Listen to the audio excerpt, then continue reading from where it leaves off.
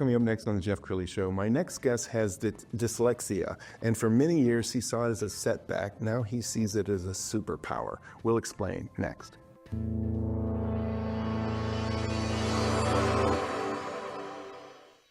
Many are predicting that the worst is yet to come, which is unfortunate, said one person here. Until now, they've enjoyed the reputation of being the nation's icebox. Watched a burglar in his home this morning by webcam. As a journalist of over 25 years, stories are what make my world turn. Reporting live from the Dallas newsroom tonight, Jeff Crilley, Fox 4 News. But in 2008, I took the jump from my familiar life and started a PR firm from my home. We're talking about anyone with a camcorder like the one I'm using becomes a television network. We started slowly growing the company, and we now have over 100 clients, and we've branched into the world of live digital broadcasting. I now own 8 different TV studios and have a huge team, and the stories that I now get to share are sometimes the most important of my life. Life has a funny way of coming around full circle. This is the Jeff Crilley Show. Well, if you're a child with dyslexia, you can get bullied at school. You can certainly go into a downward spiral of self-pity and regret.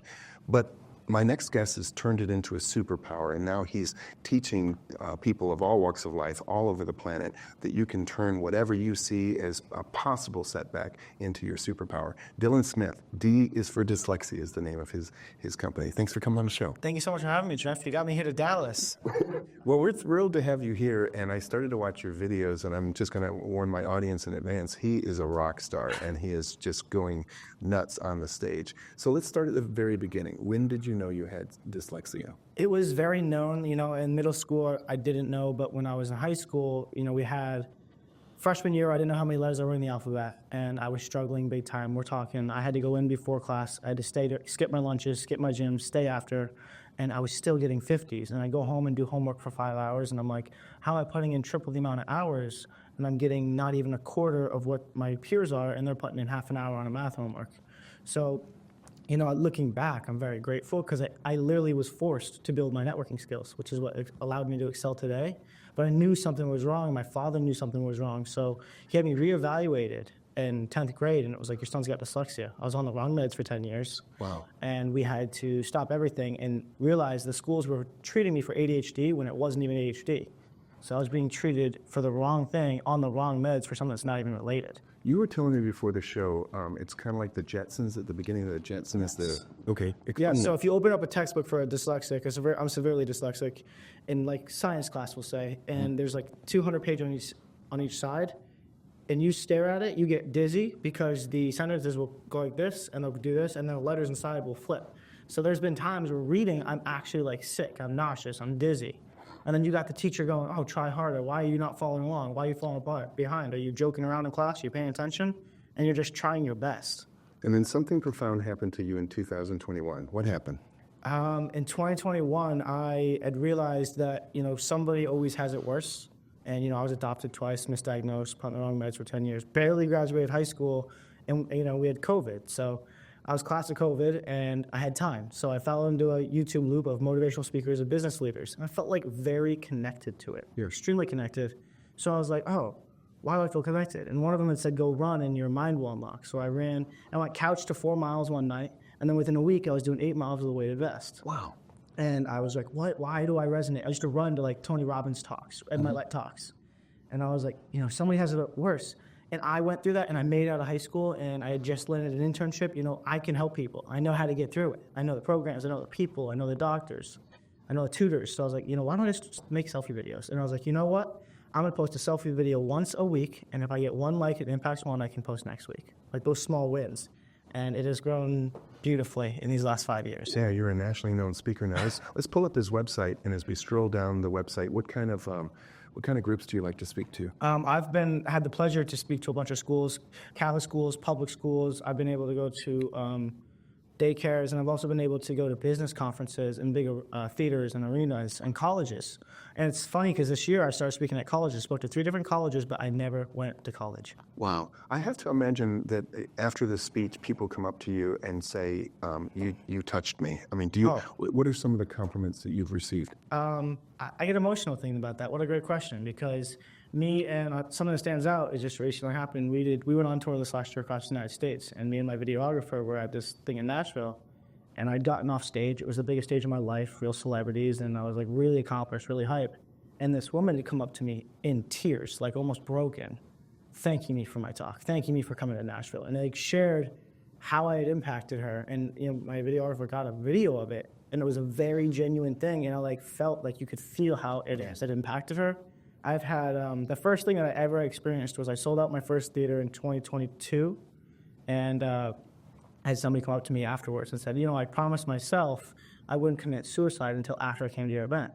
Now coming, I realized there's more to life. So like he'd given me credit for saving his life over a talk. So it's like, the perspective is like, you never know how you impact somebody. It could be big, it could be small. To you, you kind of did something small, but it impacted them humongously. So the way I address people is very intentional. I want you guys to see how brilliant he is. Let's play a clip. This is what your friends or you are going through right now, and now your friends will understand. So maybe at the end of that tour in Virginia, I got some great feedback, but what made me so incredibly happy was a little third grade girl walked up to me, and she looked at me and she was all teary-eyed, and she goes, "Dylan, thank you so much for coming to St. Bridget's. You changed my life and you inspired me today." And it was crazy. I'll do that for the rest of my life if I can get that. So if I can do that, now the parents and the board aren't coming into these meetings on defense. They're coming in offense, like, hey, how can we help your kid out? All right, we're going to work as a team. We're going to accomplish this. We're going to make it happen. And now the kids aren't being called the stupid kid. They're not being told they can't do things. They're not going to be told that they're not going to be good enough. Their friends are like, let's figure it out. Let's help you. So at the end of that tour, the whole school knew exactly what to do to make those kids successful in the academic setting and then move it on to the real world and let their friends know the perspective that us dyslexics, I had to do tutoring. I skipped my lunches. I skipped my gym. I'd go after school. I was wrestling. Wrestling was my only escape. That's it. Wrestling was the only escape in the day where I was just Dylan. Like, I was a team member, right? I'm not the stupid kid. I don't know how to read. My homework's failing. But I was a team member. And then when my mom came up and she's like, I got a letter from the principal. You have to get your grades up a certain amount to stay on the wrestling team. I was like, are you kidding me?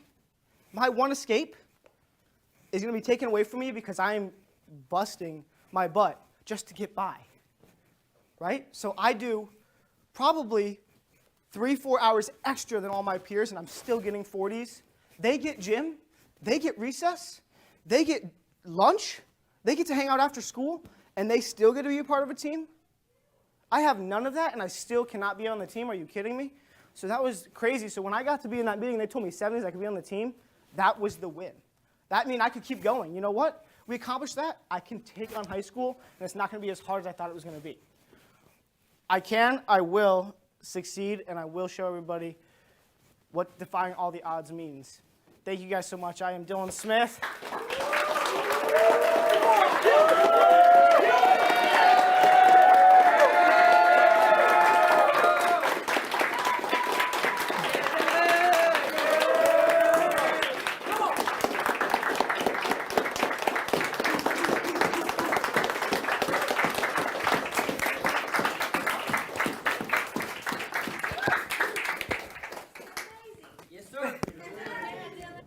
What strikes me most about that is you get emotional, and I mean, even you watching that video, I can see tears in your eyes. Yeah, the power of vulnerability is like when you connect with somebody on a human level, it's like, it's crazy. It's like that was 3 years ago. Like my skills, my presence, my stages, not even remotely close to that. But like the reason that's so special to me is my grandfather and family. That was my first event.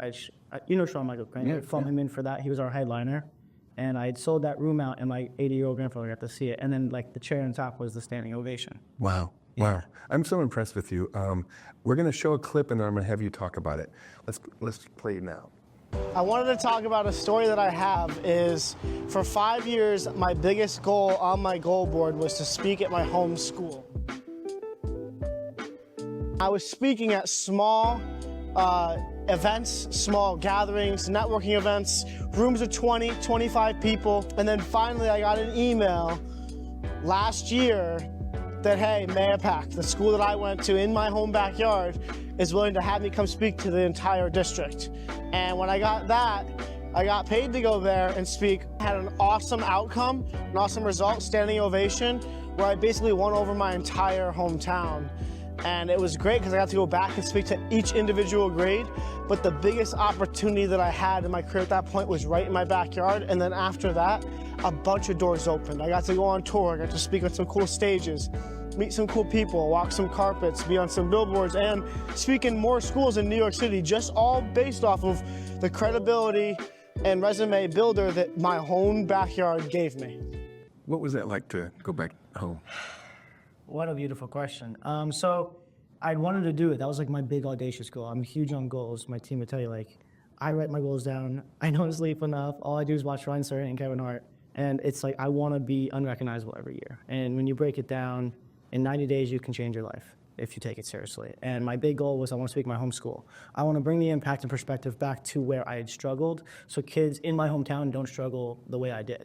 So I walk in and I had to give a PowerPoint. It was the first contract I had like secured. It was a couple $1,000s, and it was like the whole district stack. So we're talking 400 or 500 people, all hometown though. Wow. So everybody knows who I am before I walk in, and now I'm walking in as this big figure.